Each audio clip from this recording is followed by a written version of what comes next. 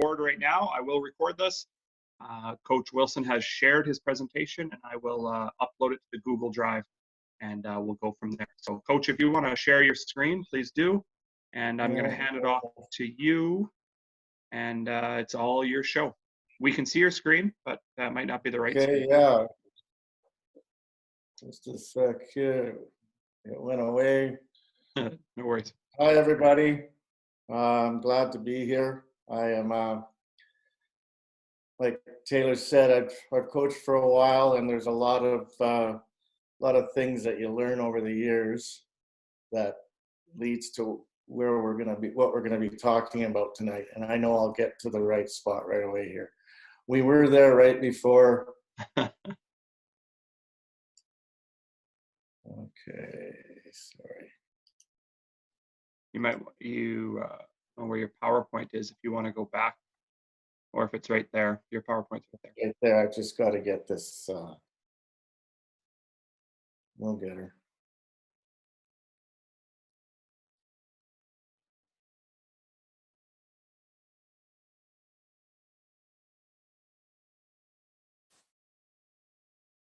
Yep. Yeah, there we go. There you go, Coach. You're all set. So good to go. Okay. Sorry about that, everybody. And yes, I want to thank you for everybody, lots of people who came on here. It was a fun few seconds before you muted. There was a very solid burp in there, which I found very impressive. Anyway, we'll get right to it. For those of you who may not know who I am, my name's Greg Wilson, and Taylor gave me a brief introduction. Thank you, Taylor. I've coached with the Calgary Wildcats here in Calgary since 1999, and I started at the Pee Wee level and worked my way through into Bantam. In 2002, I became the head coach of the Bantam Wildcats, and in 2004, I became the head coach of the Spring League Wildcats. In addition, I've also had the opportunity to coach in several Bantam All-Star Selects trips and Football Alberta events on many occasions as a coordinator or a position coach, and which has been very rewarding and gratifying for me. I've resided as a director on the Calgary Wildcats Football Association since its inception in 2006, and I'm currently the director of equipment for the club. So at this point in time, I remain as the head coach of the Bantam and Spring levels of the football club. So that's who's talking to you. Before I get into the breadth of my presentation, I'd like to thank all the people who I've worked with over the last 2 decades. Actually, you know, when you build something like this, a presentation like this, it is the culmination of efforts of a lot of people who I've had the opportunity to work with. Slow build of a foundational philosophy, which is very, very important to the success of any program. And I've been fortunate to be the leader of several programs over the years. So I just want to thank the Calgary Wildcats Board of Directors, all of my strong coaching staffs and managers over the years, my associations, the CBFA and the CSFA, and of course, Football Alberta.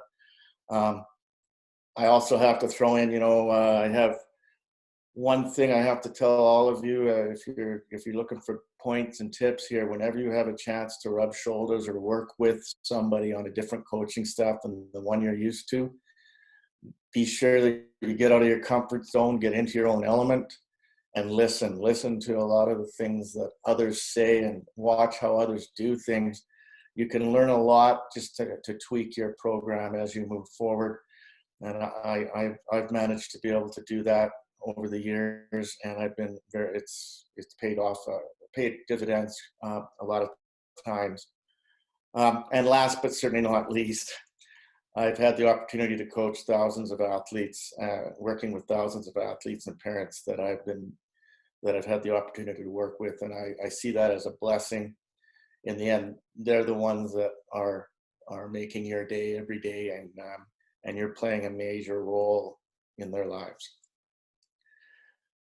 Introduction, what I'm going to go through in this presentation is talk about laying the foundation of a successful football program, building a coaching staff that is strong and committed and can be there a while. A lot of depth, you got to look for depth. How do you develop a successful culture with your players and coaches on and off the field? And then obviously I'm going to talk about philosophies as we go forward. The philosophy I'm trying to build here can be adapted to every level of football, I believe. It depends on what angle you're looking at, what type of player experience, what age group, obviously. I'm going to talk a little bit about the differences as I see them. And it's extremely important to note that your guiding principle, what I call your Alamo, for when you have to make difficult decisions in your program, is to always remember it's about the kids or athletes every step of the way. So when you come up to make a difficult decision and you have two groups of people that are trying to work with you on that, if you think about it that way, 9 times out of 10, it's going to become very obvious to you which way you should go. This presentation is from the reference of my eyes as a head coach and director and what I've experienced in that role. And there are other top shelf organizations that have different spins on this, different twists on this that have been very successful as well. I just hopefully after tonight, what I present to you can give you something that you can maybe put a few points into your program. Okay, laying the foundation of a successful program.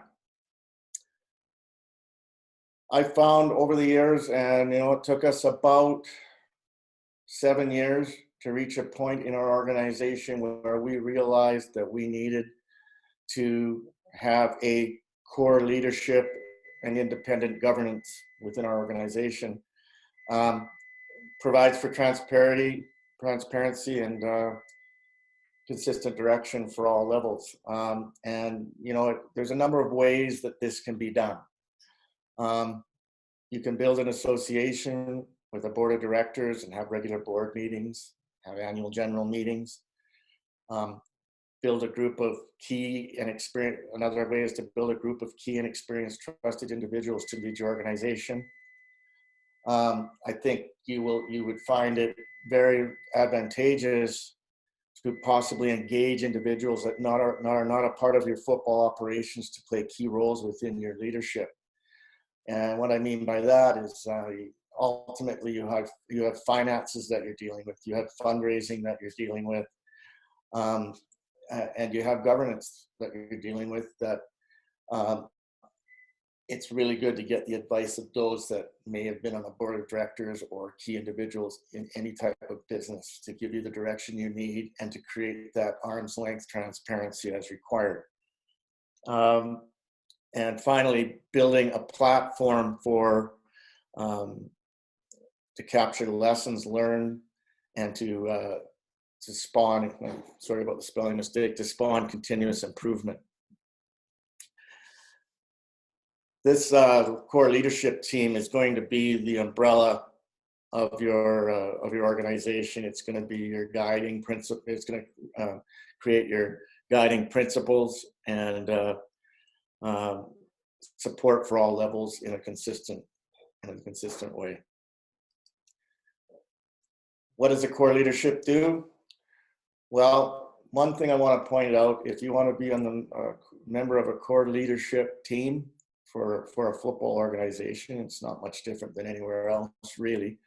There is a need for constant engagement and commitment to achieve objectives. The reality is this isn't just meant for anybody. It can't just be people sitting in chairs and having 10 people in a room where 2 or 3 people are doing all the work. And over the years, you've all noticed that the things we have to deliver as an organization, regulatory-wise, safety-wise, rules and regulations-wise, have becoming more and more and more. So key deliveries that I've identified here that will be important, not limited to these, but coach credential tracking and succession planning. Of course, we have very stringent rules for our coaches, training required, etc. And you need to be able to track that. You need to be able to almost instantaneously present something to a league president if they show up, or a league commissioner. Very important to have succession planning within your organization. As coaches retire or move through, you want to make sure you're maintaining that level of service and attention to player development as time goes on. Athletic therapy. In the last decade, it's become more and more important that we have strong athletic therapy at the league and team level. At the Wildcats, we have a director of athletic therapy, and we provide that service to our parents. Equipment, again, safety standards have become more and more focused on over the years. We need to do an annual QC, QA inventory and inspection. Facilities becoming harder and harder with all the other sports out there. You've got to schedule your facilities and be prepared to move fast when things change. Of course, fundraising and finance. We all do things in our organizations to try to lower the fees for our players and families. And we deal with things like kids sport and other similar vehicles, so we're not turning kids away. And then club and team managers, placement and succession. Every team manager I've worked with has been worth their weight in gold. We pay a lot of attention to that at the Wildcats as far as having a good succession of strong, committed managers. And then as required, you're going to need strong subcommittees driving these deliveries as you move through certain parts of the year.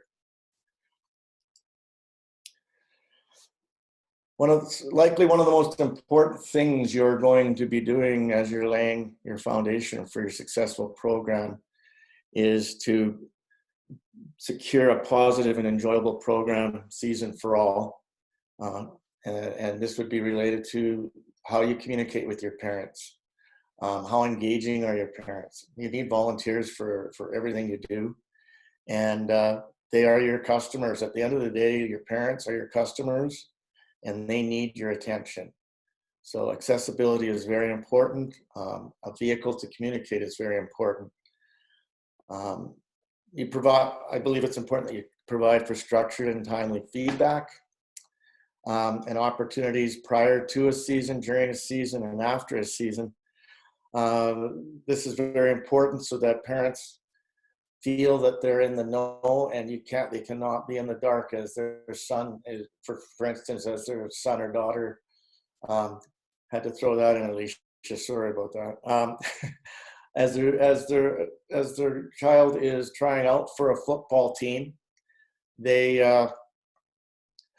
need to know how things are going and what the process is. So it's very important to communicate that process to them prior to the season or training camp, during the selection camp, and then obviously when you wrap up the season, how did things go?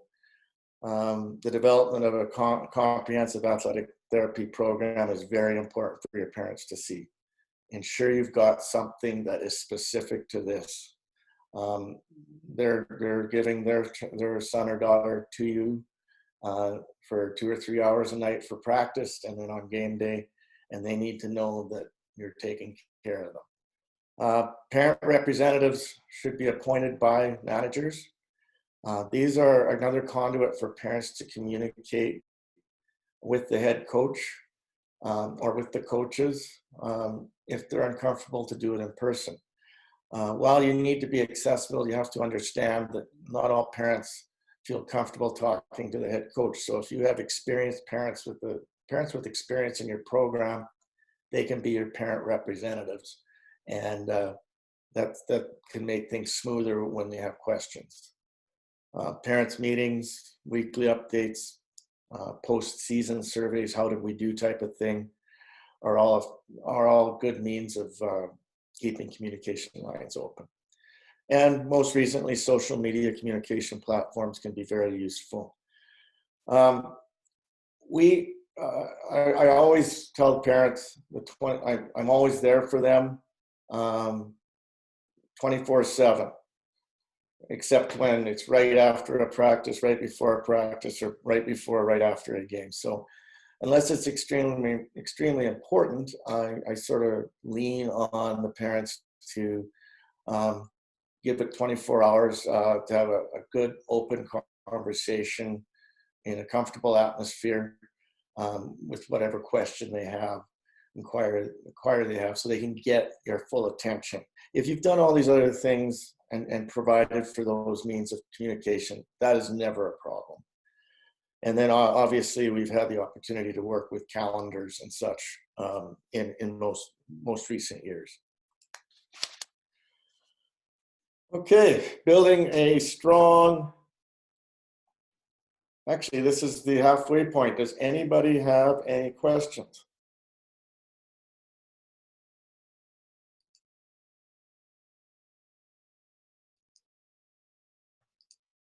Should be good to go ahead there. I don't see anything in the chat, and unless somebody wants to pop their video open, be good to go there. Okay. All right. Building, the next thing you worry about is building a strong and committed coaching staff. One thing you have to remember is there's two different types of organizations. We have a program that would be a very new program, maybe one that's being spawned for the first time. This would be a very complex search. A league would find a head coach, such as yourself, and then you've got to go and find your coaches. Now, you probably have a handful of coaches in mind, but if you have a good, solid leadership core that's been pre-established, you can qualify and interview these candidates in a consistent way. It's very important that you commit to a process of selection, including qualification criteria. What experience do they have? What their aspiration is as coaches. You try to get a feel for how long are they going to be around. If you're in an existing program, you should be developing and engaging a consistent succession plan to move coaches through the different levels of the club as they become more experienced. If you have long-term committed individuals, you need to identify them as early as you can in their process. These are the coaches that are going to be there a long time, and they're going to help you with program building down the road. Some parents are there, and we'll talk about that, are there to coach while their son or daughter plays. And some coaches are there just for a short time. And they're good to help you build your team in the seasons that they're there. Long-term coaches that go from level to level can be very, very valuable in a program building frame of reference. Online advertising and solid networking are valuable tools to attract prospective new coaches. The reality is there's a myriad of platforms out there where people are applying for these types of positions now. It's never hard to find someone, many coaches who want to coach. Where the challenge comes is finding that set of coaches that's a good fit for your organization at the time that you're looking. And that changes from year to year in many ways. As an organization, you need to commit to their credential training as required and to the education they need to be certified. This has been established for quite some time in Alberta. The leagues support this, and you've got to be able to funnel that support through your club to the coaches and make sure that certifications and qualifications and credentials are up to date at all times. Parent coaches. This is a very important one to talk about. Um, the reality is that parents that want to coach actually want to be a part of something, and you need to take the time. It's a lot of work, and it's been widely debated over the years. Is it worth the effort to bring on a parent coach who, because obviously there's a little bit of a potential conflict of interest there if you don't manage it properly. And we've had a very good track record and a very solid experience at the Wildcats with parent coaches over the years. It can be successfully done if you have clear and fundamental expectations are delivered prior to placing the parent coach on the staff. You have to be very clear with their role on the team. For instance, when parents come onto our staffs, I try not to have them coach their son. And actually, by and large, they really don't want to coach their son or daughter. Okay.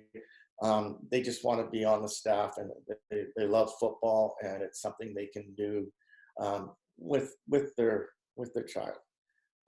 In my experience, 90% of the parent coaches stay with the staffs until their son and daughter is graduated, and then they move on, which is fine.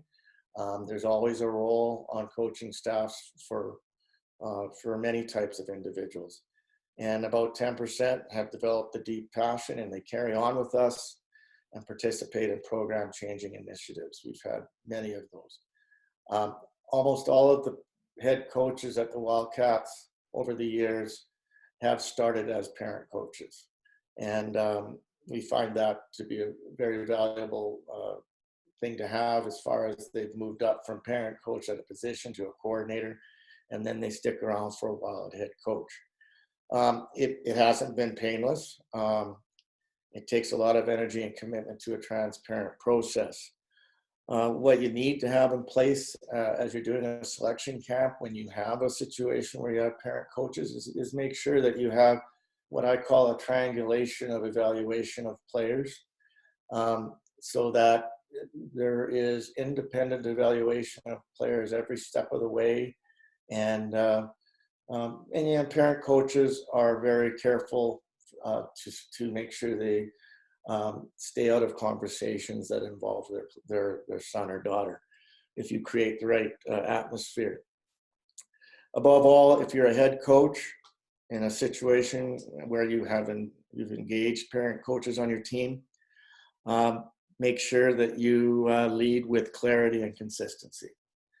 And that starts when you do have the first conversation to bring a parent coach on.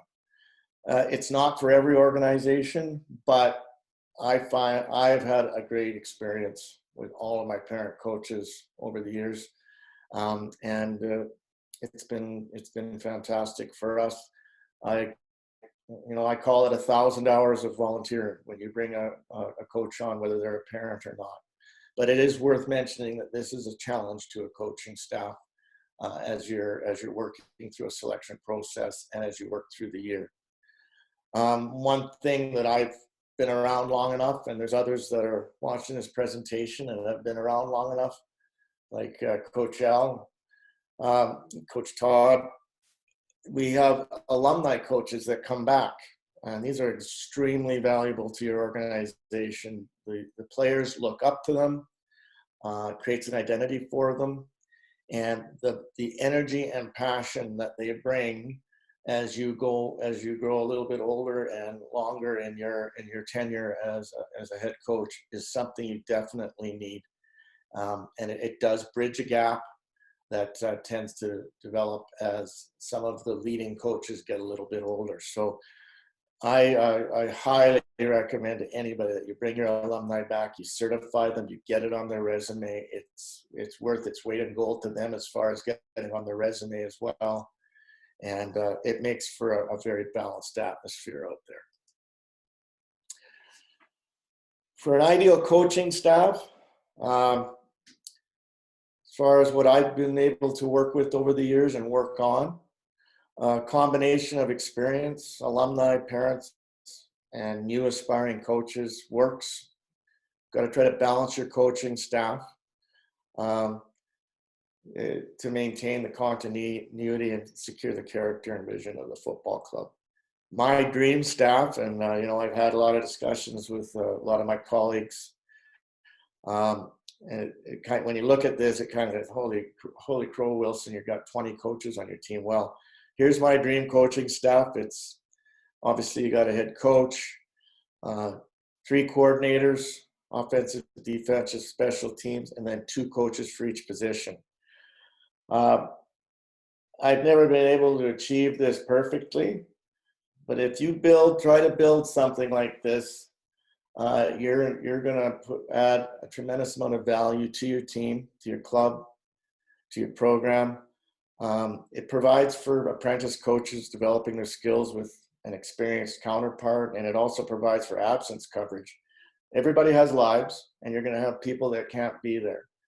I could probably count the times on one hand that I've had every coach at a practice over the years.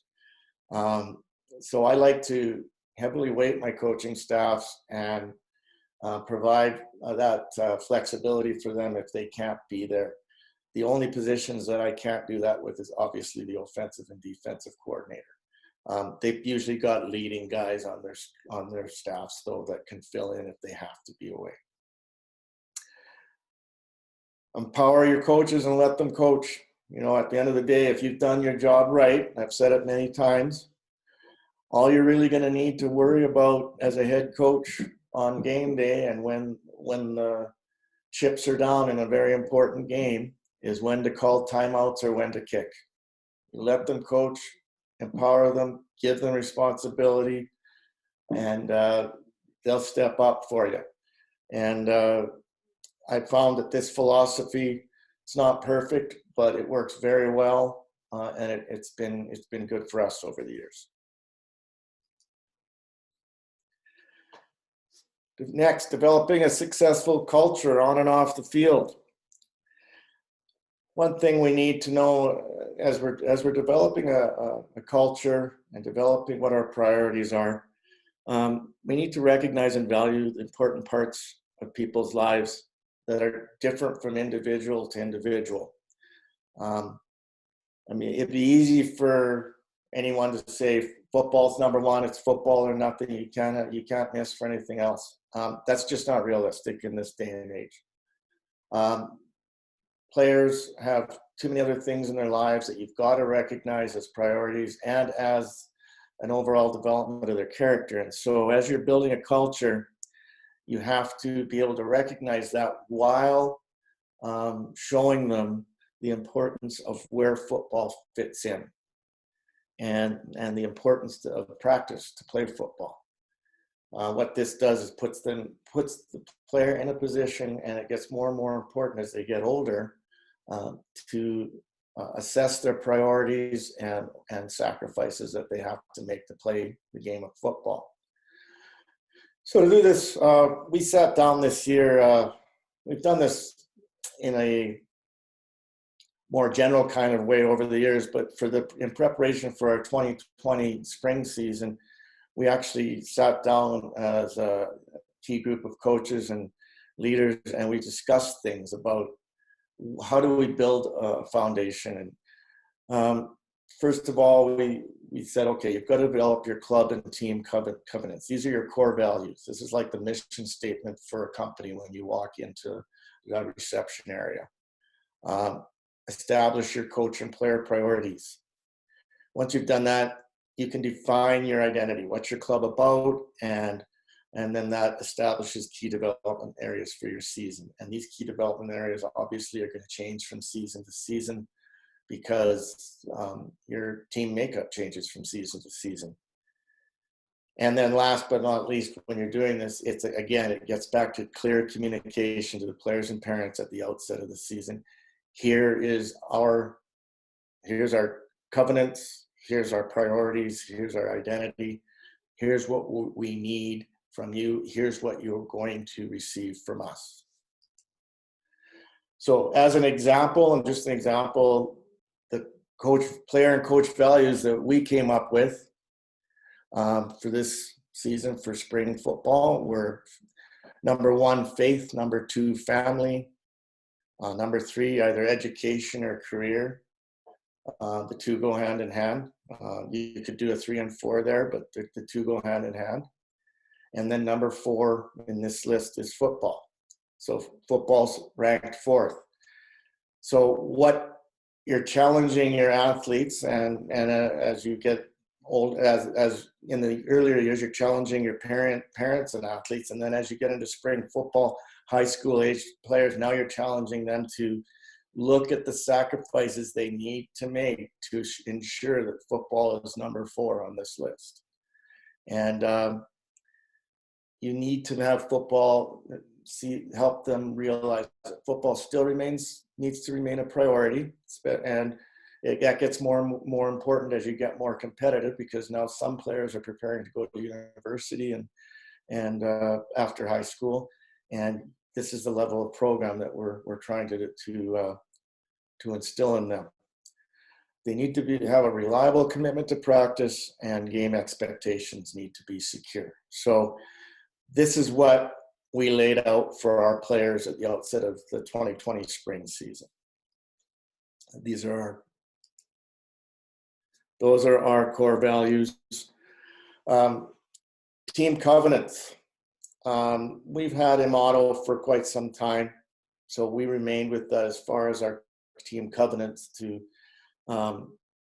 support our core values. We've always said pride, courage, and intensity. So this is something that follows us around a lot in the Wildcat organization. Pride in yourselves, your team, and your organization, and respect the tradition of the Wildcats. Courage. We have to create an environment where players and coaches are willing and empowered to take risks, calculated risks, and communicate openly, and be confident and accountable. Stand up for your teammates. We try to create that air, so that we understand that everybody's accountable for their role. Intensity, positive attitude, passionate work ethic, desire, and commitment. To make all this work, we have to be consistent as coaches, and we have to lead by example. Identity, what you want to do after you've set your values and your covenants is establish your code of what you want to be known for as you enter and leave preparation and competition. So what we mean by that is when you enter into a film session, and how studious are you in the film session as you leave, and what have you learned when you leave? Same thing with practices and obviously games. And then from here, you can build your list of key development areas that match the skill level, experience, and maturity on your team.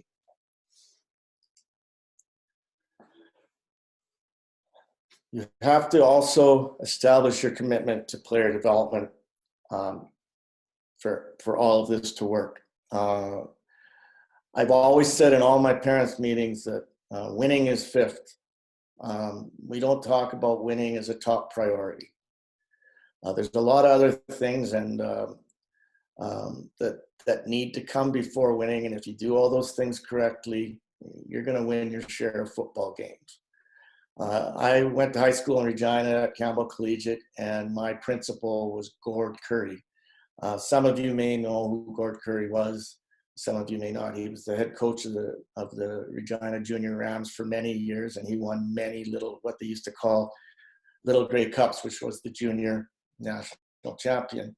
And he said, if that's the only thing that my players got out of their experience on a football team was winning the Little Grey Cup, then he said he had failed in his job as a coach. So while winning football is important, you need to commit to other successes and then everything will take care of itself.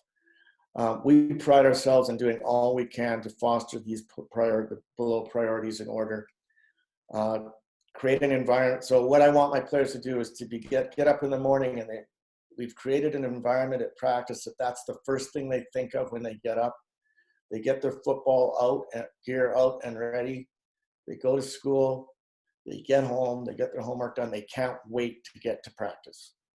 We need to create that that environment so that we get as many players at practice, as many oars in the water as we can every day.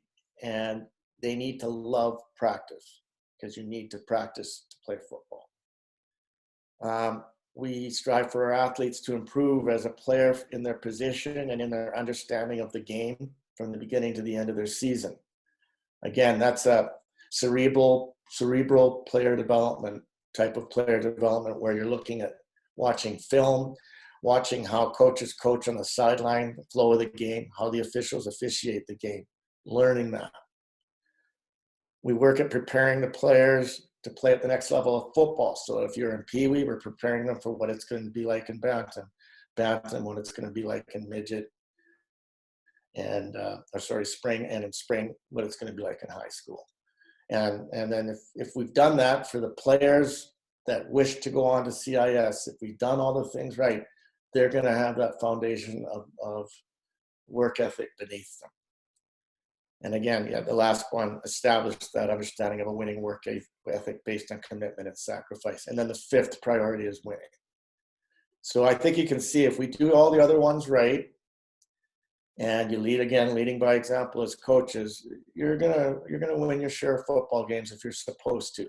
If by chance you don't have a very good winning season, you've still done the other four, which is good for the player. It's good for their development. It helps them increase the tools in their toolkit.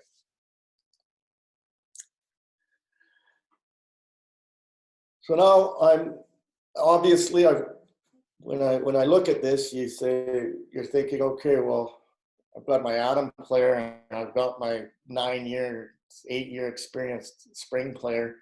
How do you apply this? And I think if you dig deep in those slides, you can see the little trinkets of information you can pull out and apply them and adapt them here. I'd like to go through the different levels of football as I see them and as I've worked with my colleagues, and just see how we can see what our priorities are at each level, and then how you can mold these different principles and philosophies to meet the needs of the athletes and the coaches. If you can see that your coach's experience level is going to change as well as you go through these. For Atom football, a 9 or 10 player game,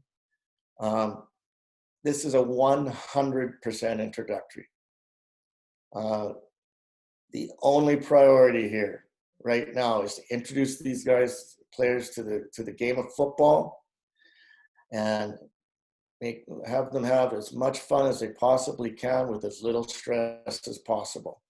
We all know as the levels go up, a little bit of game day stress goes up, even stress at practice, which you have to manage. We don't want our players in Atom to be feeling that right out of the chute. We want them to love being there, because it's something that's so new, and quite frankly, can be a little bit scary for them and scary for the parents. Playing time is equal, and experience. We have our Atom players try to experience as much of the game positions as possible, so we move players around a lot. Ideally, we would have each player actually experience touching or carrying the football during the season, and then parents are introduced to the overall aspects of the game and our attention to their child's safety. Our overall objective at Atom is that these players and families are going to return to football the next year.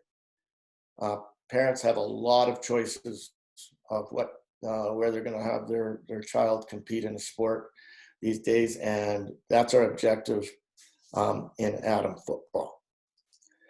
Now we move up to Pee Wee.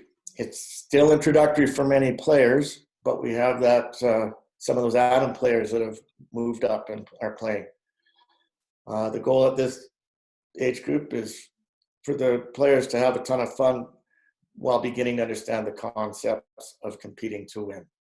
We now have 12-man football, and special teams are injected into the formula. Playing time may not necessarily be equal, but we need to strive to have each player get a substantial amount of playing time during the season to keep the players and parents interested, as well as to be successful with their fundamental player development. That's very important.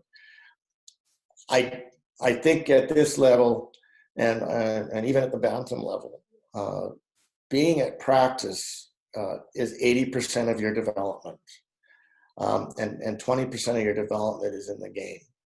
But you need to be able to experience that game day speed in addition to the practice speed as time goes on. Families and players are starting to understand the level of commitment required on a weekly basis to develop and be in a position to compete.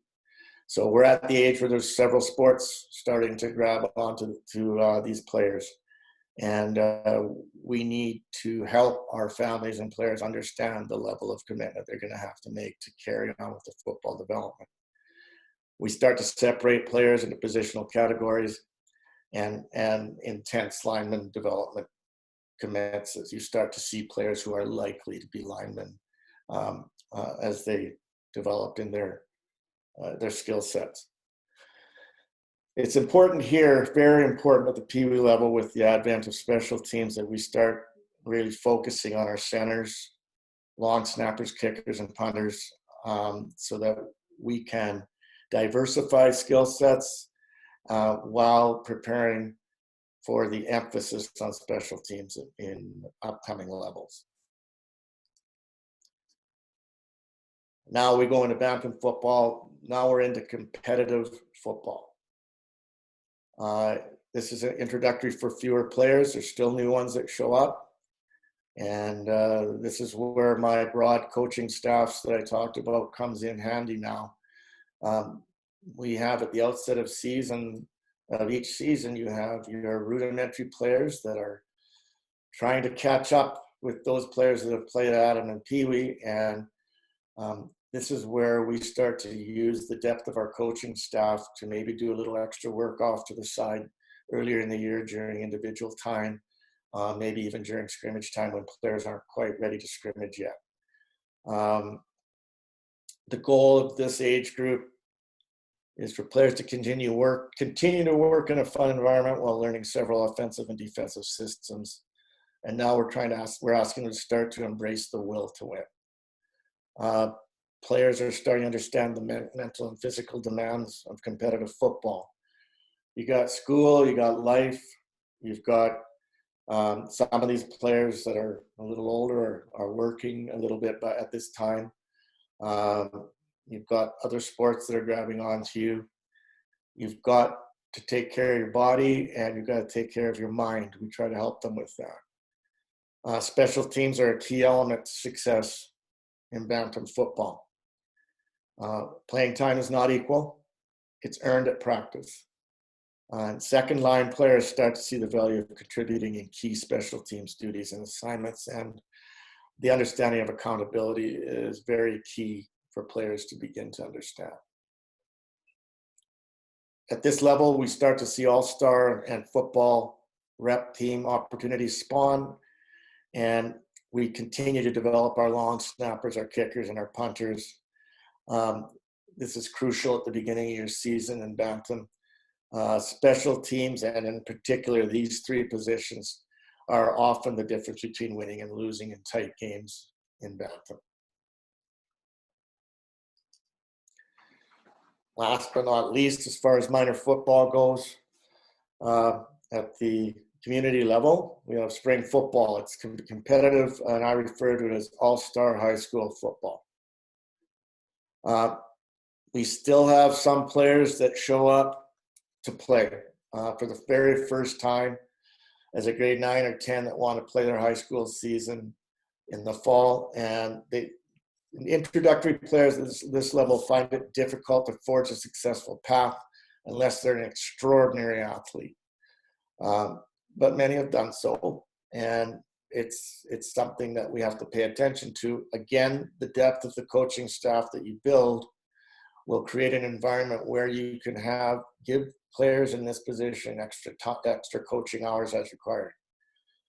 But the team is made up primarily of experienced players from bantam, high school, and other jurisdictions. The goal of this age group is for players to continue to work, having fun, while learning several new complexities in the systems that we run, and learn how to win now. You've graduated from the will to win, now learn how to win. Parents are expected to understand the mental and physical demands. So when a player comes into spring football, we expect them to understand that by that time. So that's one of the reasons why a new player in football might struggle at the start, because the other players are already there. We expect them to understand that. And we expect them to be taking care of things at home and at school, and taking care of their bodies when they're away from football. Coaches are expected to drive that expectation and understanding. We begin to hold players accountable for preparation and effort. So if you're not prepared to put in the work off the field and to prepare your body and your mind to do some film work when the film's out on your own, you find it difficult. We start to hold players accountable for that, because at the next level of football, whether it be high school or junior or CIS, that is what the expectation is. Special teams continue to be important, and playing time is not equal and is earned in practice at all phases, including special teams. Players start to understand the value of 100% commitment to their team and their teammates. And all-star football and football representative team continues. And at this level, you have your CIS and junior football recruiting beginning. And then many players, they aspire to gain an education playing football. Several start dive pro football. The reality is we have to be prepared to coach every type of player out there. Some players are out there to be on a team and to work hard, but they have no aspiration of going beyond high school in football, which is fine. We have to coach them as well, but we do need to be prepared to coach those players that want to go on in football and give them that type of program. So to recap, keys to a successful program: develop a strong core leadership for your program. Establish deliveries for what that leadership team needs to do. Establish a consistent, transparent communication platform with your parents and athletes. That could easily be the most important thing you do in every season that you coach minor football. Build a strong, committed coaching staff. One thing that's really helped us, and I think when I look around with other successful organizations, is the core staff remains while they have a few changes every year. It's very difficult to carry through with the character and objectives of a program if you're constantly turning over coaches. But if you can maintain that core staff, it'll pay dividends. Building your successful culture to establishing your identity through your covenants, values, and goals. Carry a deep commitment to player development for all athletes at each and every level of experience, age, as you go through, and build a system that you can apply the above principles to every level of football. Finally, that's the end of my presentation. I would like to thank the following individuals, specifically from my leadership and coaching staff this past season, that have contributed in a significant way to some of the specifics in the presentation. Yorgo Nikolakis, he's been on our spring coaching staff and at various levels for a few years. Gary Wilson, he's been our defensive coordinator. He's the 2020 defensive coordinator in spring football. Connor Kopczynski is a long-time spring and Bantam Wildcats coach. Jason Williamson, our 2019 defensive coordinator in Bantam, and he's a long tooth like I am. We've been around since the beginning of the Wildcats. Laird Monroe, he's our current president at the Calgary Wildcats and was our 2019 Bantam offensive coordinator. And Craig Reardon, again, been around since the beginning of the Wildcats. He's a key member of our board of directors and our general manager. So with that, I'd like to say thank you. And if anybody has any questions, I'd be more than happy to discuss. Feel free. Thank you very much, Coach Wilson. Feel free if you want to turn your screen on or just your microphone on and ask a question directly, or type it into the chat. Greg has some time, and we'd love to answer some questions, or if you guys have any insight you want to add to it. I know there's many experienced coaches in this group, so. There you go. Hey, Todd. You can probably stop sharing if you want, Coach Wilson. Oh, right. If you want. Share. There we go. Oh, I see a couple of people here I know. Anybody has any questions? Hey, Greg, just want to say congratulations on your recent achievement as a Coach of the Year. Well deserved, and thanks for your presentation tonight. Really enjoyed it. Well, thank you, Todd. You're one of the guys I talked about that's had an influence on me for years now. And, you know, I think about all the experience I've got with lots of other people along the way as well. So really appreciate that. And it's the award's very humbling, and I'm going to enjoy a little something on the deck here. And you look like you should be in, what was that movie that with that mountain man in it? It's great. You look super. Thank you. Anybody else? Alicia, you must have some questions. Oh, maybe not.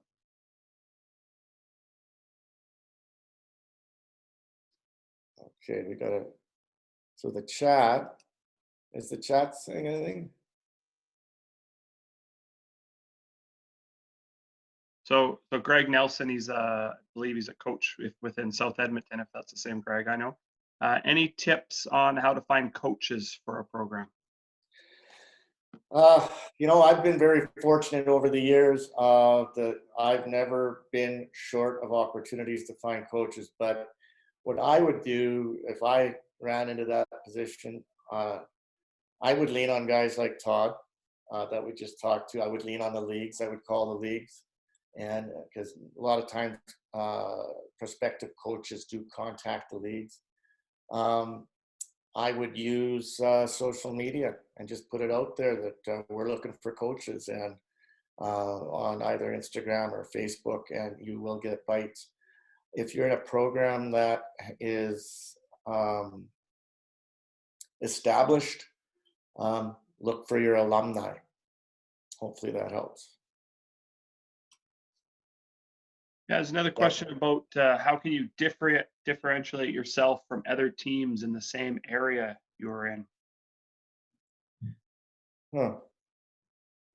So in Calgary, you have pretty strict borders. Might not be the same type of thing, but I know Phil is in Sherwood Park, where they may have 3 bantam teams, no borders. So.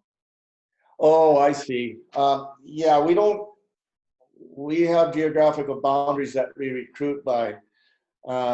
So we're not in the same position as some of you guys might be in Northern Alberta, but I really just try to continue to develop our character as far as when I'm talking about other teams in our league. I develop our club. Obviously, if we see something that others are doing well, we will we try to emulate that in any way you can. I mean, that's a lesson learned. As far as differentiating ourselves, I think if you take a look at the fundamentals of building a solid program that you can show the parents with a good, solid leadership core, your commitment to that and commitment to the aspects of what makes a great organization, that's going to differentiate itself.